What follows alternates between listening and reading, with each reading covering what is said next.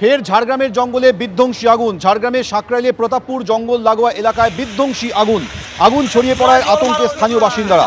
ঘটনাস্থলে দমকলে একটি ইঞ্জিন গিয়ে আগুন নেভানোর চেষ্টা করছে।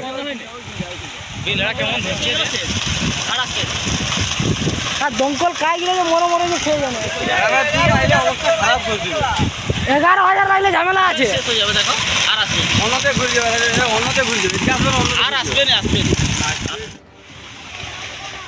পাকিস্তানের বালুচিস্তানে ট্রেন হাইজ্যাক। জাফর এক্সপ্রেসকে লক্ষ্য করে পরপর গুলি, আগ্নেয়াস্ত্র দেখিয়ে হাইজ্যাক। শতাধিক যাত্রী সহ পাকিস্তানের ট্রেন হাইজ্যাক।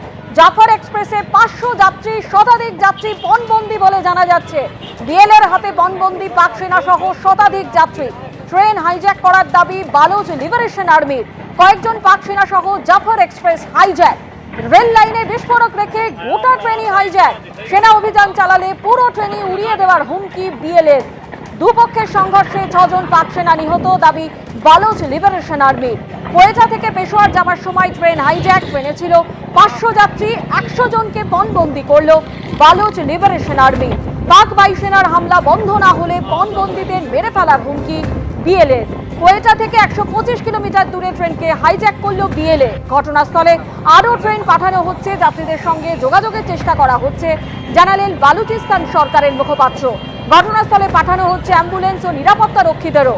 পার্বত্য এলাকা হওয়ায় ঘটনাস্থলে পৌঁছতে অসুবিধা বালুচিস্তান সরকার সূত্রে, এমনই খবর।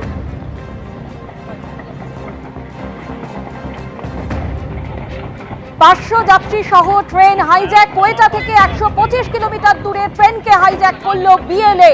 পাক বায়ুসেনার হামলা বন্ধ না হলে পণবন্দীদের মেরে ফেলার হুমকি বিএলএর। কোয়েটা থেকে পেশোয়ার যাওয়ার সময় ট্রেন হাইজ্যাক। ট্রেনে ছিল 500 যাত্রী, 100 জন যাত্রীকে পণবন্দি করলো বালুচ লিবারেশন আর্মি। দুপক্ষের মধ্যে সংঘর্ষ চলছে বলে জানা যাচ্ছে। এই সংঘর্ষে 6 জন পাক সেনা নিহত হয়েছে, এমনই দাবি বালুচ লিবারেশন আর্মির।